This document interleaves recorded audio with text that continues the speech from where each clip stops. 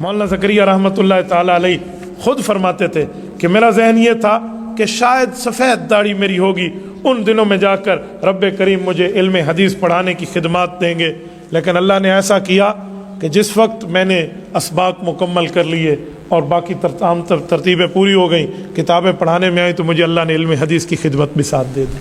اور ایسی علم حدیث کی خدمت ہے، یقین مانیے آپ حیران ہوں گے۔ عرب و عجم میں حضرت شیخ زکریا کا کام ہے، عربی زبان میں، فارسی زبان میں، اردو زبان میں حضرت شیخ زکریا رحمۃ اللہ کی وہ خدمات جو رہتی دنیا تک یاد رکھی جائیں گی۔ ایک کتاب ہے امام مالک رحمۃ اللہ نے لکھی ہے، یہ امام مالک نے اس وقت رحمہ اللہ لکھی ہے جب امام بخاری رحمۃ اللہ تعالی علیہ کے والد کا بھی نکاح بھی نہیں ہوا تھا ان کی والدہ سے۔ امام بخاری کی پیدائش سے کئی سال پہلے موطا امام مالک لکھی، امام مالک رحمہ اللہ نے۔ حضرت شیخ زکریا رحمہ اللہ نے اس کی شرح لکھی ہے، اوجز المسالک، 16 جلدوں میں ہے، پرانی جلد 6 ہیں، وہ چھوٹے بڑے موٹے موٹے ہیں، اب چھوٹی چھوٹی انداز میں 300-400 صفحات میں 16 جلد ان کی پوری کر کے چھپ گئی ہیں۔ بڑے بڑے عرب علماء اس کو پڑھتے ہیں، ایسے ایسے علماء پڑھتے ہیں کہ آپ حیران ہو جائے۔ آپ کبھی جا کر دیکھو، مالکی حضرات سے ملو، امام مالک رحمہ اللہ کے فالوور سے، وہ کہتے ہیں یقین مانے ہمیں ایسے نظر آتا ہے کہ اگر ہم نے اس حدیث پاک کی شرح کو سمجھنا ہے نا اپنے امام کے علوم اور رسول اللہ کے فرمان کو، تو حضرت شیخ زکریا رحمۃ اللہ علیہ کے قلم سے سمجھیں گے۔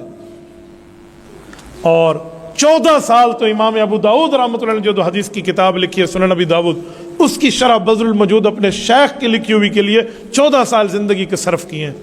میرے پاس وہ شرح 9 جلدوں میں موجود ہے، آپ بذل المجہود کی زیارت کریں اور شیخ زکریا رحمۃ اللہ علیہ کی اور حضرت مولانا سہارنپوری رحمۃ اللہ کے اس میں خدمات دیکھیں، بندہ عش عش کر اٹھتا ہے۔ حدیث پاک کے ایک لفظ ہوتے ہیں، اس کے مطالب بتاتے ہیں، اس صحابی سے لیں تو یہ مطلب اور اس کا یہ مطلب، اس صحابی نے، اہل بیت نے، پیغمبر علیہ السلام کے شاگردوں نے یوں مطالب بتائے ہیں، حدیث کے لفظ یہ ہیں لیکن سنے صحابہ نے، ان نے یوں عمل کر کے دکھایا ہے، جو تجھے مجھے سمجھ آتا ہے وہ نہیں ہے، حضور کے اہل بیت اور صحابہ نے جو حضور سے سمجھا ہے وہی مطلب سچا ہے۔ اس طرح لکھنا، اس طرح خدمت، یہ رہتی دنیا تک ایک نامی گرامی کارنامہ ہے۔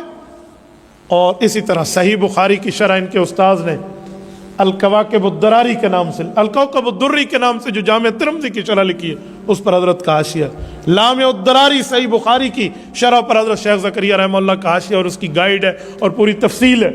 آج ہم سائنس کی، ہم بیالوجی کی، ہم ریاضی کی اور انگلش کی گائیڈیں اپنے ساتھ اٹھاتے ہیں، وہ حل کر کے رکھ دیتے ہیں اس کتاب کو۔ اس کا گائیڈ لکھنے والا شیخ زکریا نے قرآن پاک اور رسول اللہ کے فرمان کی گائیڈ لکھی، یعنی ایک ایک چیز کو حل کیا۔ اور ابھی حال ہی میں ان کے خلیفہ مجاز مخدوم مکرم حضرت مولانا عبدالحفیظ مکی، رب کریم اس کی قبر پہ کروڑوں اربوں رحمتیں نازل فرمائے۔ مولانا عبدالحفیظ مکی اس شخص کا نام ہے جو مدینہ منورہ میں رہنے والے، مکہ مکرمہ کے باسی۔ ان کی وفات ہوئی ڈربن میں، جنوبی افریقہ میں۔ گوگل سرچ کریں، غالباً 5000 کلومیٹر دور ہے مدینہ طیبہ سے، لیکن وصیت تھی کہ میں نے رسول اللہ کے قدموں میں اپنی جان کو وہیں جان آفرین کے حوالے کرنا ہے۔ مدینہ طیبہ کے گورنر نے سرکاری آرڈر کے ساتھ، سرکاری پروٹوکول پہ وہاں سے حضرت کو منگوا کر ان کی قبر جنت البقیع میں بنوائی۔ یوں عاشق ہوتے ہیں۔ یہ مولانا عبدالحفیظ مکی رحمہ اللہ ہے۔ میں نے حضرت مکی رحمہ اللہ کی زیارت کی ہے، یقین مانے اس شخص کے چہرے کو دیکھ کے بندے کو سمجھ آتا کہ کیا رب کریم کے نور اس کے چہرے پہ برس ہے۔ میں نے مولانا پیر عزیز الرحمن ہزاروی رحمہ اللہ کی زیارت بھی کی اور کئی عرصہ وقت بھی ان کی خدمت میں گزارا ہے۔ وہ حضرت شیخ زکریا رحمۃ اللہ علیہ کے خلیفہ مجاز رہے ہیں۔ اس شخص کے چہرے کو دیکھ کر آپ آنکھوں سے آنکھ نہیں ملا سکتے تھے، وہ نور کی برسات ہوتی اس کے چہرے پہ۔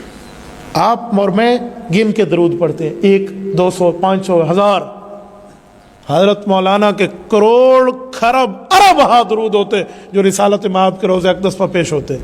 اپنی طرف سے خواتین جو ان سے بیعت تھی ان کی طرف سے، مرد جو ان سے بیعت سے ان کی طرف سے، ان کے تحت جو مدارس چلتے تھے، مساجد تھے، مکاتب تھے، اسکول تھے، جتنے ادارے چلتے تھے، ان سب میں ذمہ داری تھی کہ اسکول والے بچوں کا 15 منٹ فارغ کرا دے، ڈرل کا پیریڈ دینا دے دے، 15 منٹ میں صرف یہ درود پاک پڑھیں صلی اللہ علیہ وآلہ وسلم، یہ درود پاک پڑھ کے جمع کریں۔ اور حضرت رحمہ اللہ اس کو لے کر جاتے اور روز اقدس پر پیش کرتے۔ میں نے حضرت کی خدمت میں ایک مرتبہ مدینہ منورہ میں خود اپنی آنکھوں سے دیکھا، رسالت مآب علیہ السلام کے مواجہ شریف پہ جاتے چہرہ اقدس کی طرف، لیکن اکثر عادت ہوتی کہ آپ علیہ الصلوۃ والسلام کی کمر مبارک کی سائڈ روضہ اقدس کے ادھر ٹھہرتے اور یہ لفظ فرماتے تھے کہ ہمیں حضور پاک کا سامنا کرنے کی جرت کیسے ہو. آپ دیکھو ان بزرگوں کے احتیاط اور ان کے تجربے کو دیکھو.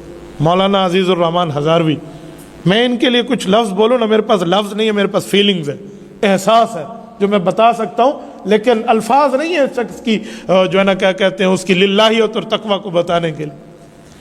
یہ ان کے تو خلفاء ہیں جن کو ہم نے دیکھا ہے. حضرت مولانا شہید اسلام، شہید ختم نبوت مولانا یوسف لدھیانوی رحمہ اللہ، حضرت شیخ زکریا رحمہ اللہ کے خلیفہ مجاز رہے. مولانا یوسف لدھیانوی کو جس شخص نے دیکھا ہے نا، وہ سمجھتا ہے کہ میں نے وقت کے ایک امام غزالی کو دیکھا جس کو رب نے کیا سے کیا عطا فرمایا. عالمی مجلس تحفظ ختم نبوت پوری دنیا کے نائب امیر رہے ہیں، اور شہادت بھی ختم نبوت کے مشن پہ ہوئی ہے. مولانا یوسف لدھیانوی رحمۃ اللہ علیہ پاکستان کے تمام بڑے جید علماء کرام کے شیخ الشیوخ سمجھے جاتے ہیں. اور مولانا یوسف لدھیانوی وہ ہیں، انہوں نے قادیانیت کے خلاف وہ کام کیا ہے کہ مرزا قادیانی کا جو چوتھا پوتا تھا وہ چیخ اٹھا کہ پوری دنیا میں جہاں جاتا ہوں، عرب و عجم میں مجھے جانا پڑے، مولانا یوسف لدھیانوی اور مسلمانوں کا کام حضور پاک کی ختم نبوت میں ہمارے خلاف موجود ہے.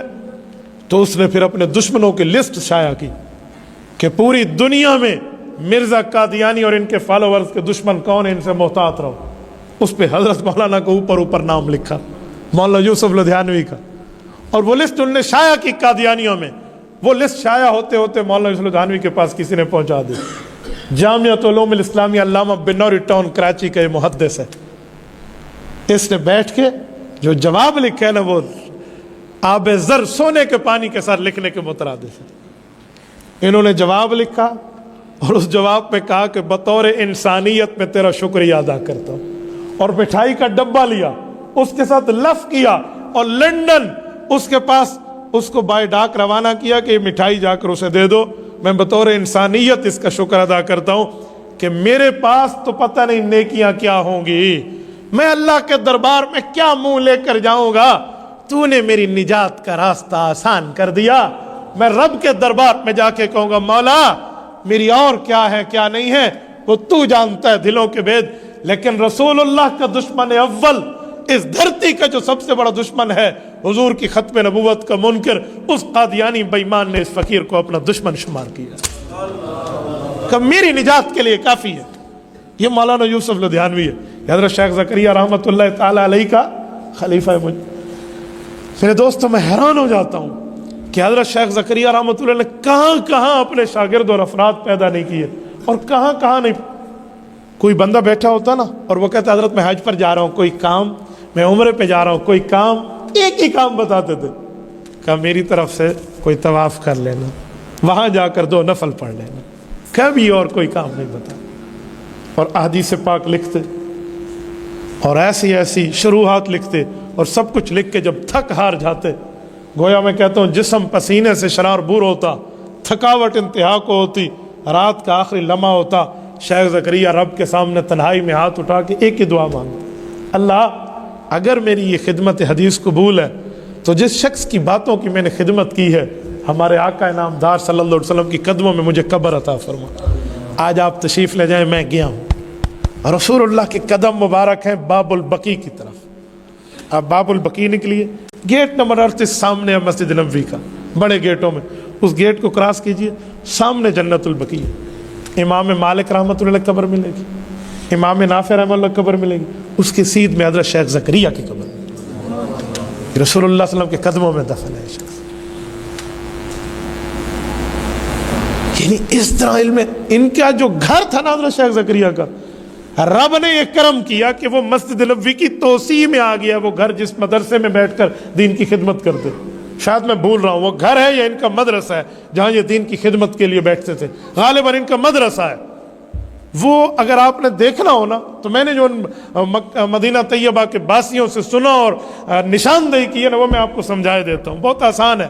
باب بلال پر آپ جائیے، باب بلال آپ کو سمجھنا ہے تو میں بتاتا ہوں، آپ کا یہ بایاں کندھا باب جبریل کی طرف ہو، باب جبریل کی طرف جب آپ کا بایاں کندھا ہوگا، آپ کی کمر قبلے کو ہوگی، آپ کا منہ مشرق کو ہوگا مدینہ طیبہ میں، اور سامنے باب بلال ہے. باب بلال سے تھوڑا آگے جائیے, اس جگہ جو دو بڑے ستون ہیں, حضرت شیخ زکریا رحمۃ اللہ علیہ اس جگہ بیٹھ کے حدیث کی خدمت فرمایا کرتے تھے. آج وہ مسجد نبوی کا حصہ ہے. تو حضرت شیخ زکریا رحمۃ اللہ علیہ کو رب کریم نے کیا سے کیا رتبے, مرتبے, درجے, حیثیتیں عطا فرمائی ہیں, آپ حیران ہو